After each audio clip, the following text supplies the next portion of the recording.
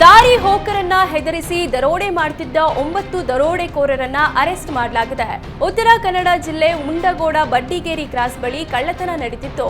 ಕಬ್ಬಿಣದ ರಾಡ್, ಚಾಕು, ಖಾರದ ಪುಡಿ ಇಟ್ಕೊಂಡು ಹೆದರಿಸಿ ದರೋಡೆಕೋರರು ಕಳ್ಳತನ ಮಾಡುತ್ತಿದ್ರು.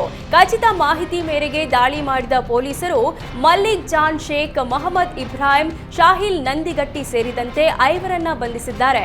ಬಂಧಿತರಿಂದ ಎಲ್ಲಾ ಮಾರಕಾಸ್ತ್ರಗಳನ್ನ ವಶಕ್ಕೆ ಪಡೆಯಲಾಗಿದೆ. ಬೆಸ್ಕಾಂ ತುರ್ತು ಕಾಮಗಾರಿ ಹಿನ್ನೆಲೆಯಲ್ಲಿ ಬೆಂಗಳೂರಿನಲ್ಲಿ ನಾಳೆ ಹಲವು ಕಡೆ ವಿದ್ಯುತ್ ಕಡಿತವಾಗಲಿದೆ.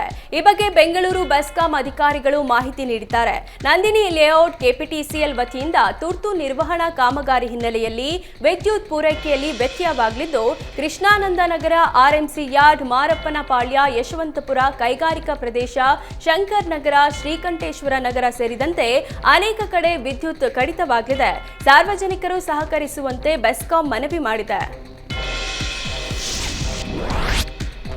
ದಾವಣಗೆರೆಯಲ್ಲಿ ತಾನು ಓದಿದ ಸರ್ಕಾರಿ ಶಾಲೆಗೆ ವಿಧಾನ ಪರಿಷತ್ ಸದಸ್ಯ ರವಿಕುಮಾರ್ ಹೈಟೆಕ್ ಸ್ಪರ್ಶ ಕೊಟ್ಟಿದ್ದಾರೆ. ದಾವಣಗೆರೆ ಹುಚ್ಚಂಗಿಪುರದ ಸರ್ಕಾರಿ ಶಾಲೆಯಲ್ಲಿ ಬಯಲು ರಂಗಮಂದಿರ, ಸಭಾಭವನ, ಸ್ಮಾರ್ಟ್ ಕ್ಲಾಸ್, ಹೈಟೆಕ್ ಶೌಚಾಲಯಗಳನ್ನು ನಿರ್ಮಿಸಲಾಗಿದೆ. 3.5 ಕೋಟಿ ರೂಪಾಯಿ ವೆಚ್ಚದಲ್ಲಿ ಸುಸಜ್ಜಿತ ಸರ್ಕಾರಿ ಹಿರಿಯ ಪ್ರಾಥಮಿಕ ಶಾಲೆ ನಿರ್ಮಾಣ ಮಾಡಲಾಗಿದ್ದು, 20,000 ಚದರ ಅಡಿಯಲ್ಲಿ ನಿರ್ಮಿಸಲಾದ ಈ ಶಾಲೆಯಲ್ಲಿ 16 ಸುಸಜ್ಜಿತ ಕೊಠಡಿಗಳನ್ನು ನಿರ್ಮಿಸಲಾಗಿದೆ. ಎಂಎಲ್ಸಿ ರವಿಕುಮಾರ್ ಹುಟ್ಟೂರಿಗೆ ಕೊಡುಗೆಯನ್ನ ಶಿಕ್ಷಣ ಸಚಿವ ಮಧು ಬಂಗಾರಪ್ಪ ಹಾಡಿ ಹೋಗಲಿದ್ದಾರೆ.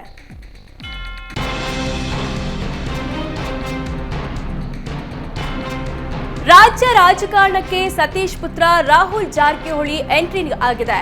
ರಾಜ್ಯ ಯುವ ಕಾಂಗ್ರೆಸ್ ಪ್ರಧಾನ ಕಾರ್ಯದರ್ಶಿಯಾಗಿ ರಾಹುಲ್ ಗೆಲುವು ದಾಖಲಿಸಿದ್ದಾರೆ.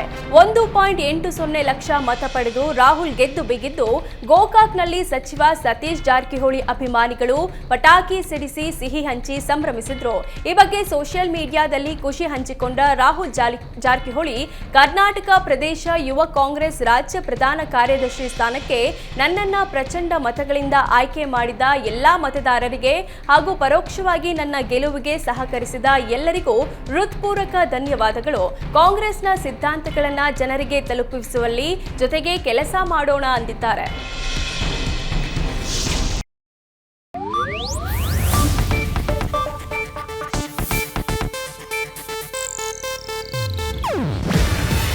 ಇದು ಏಷ್ಯಾನೆಟ್ ನ್ಯೂಸ್ ನೆಟ್ವರ್ಕ್ ಪ್ರಸ್ತುತಿ. ನೀವು ನೋಡ್ತಿದ್ದೀರಾ ಏಷ್ಯಾನೆಟ್ ಸುವರ್ಣ ನ್ಯೂಸ್.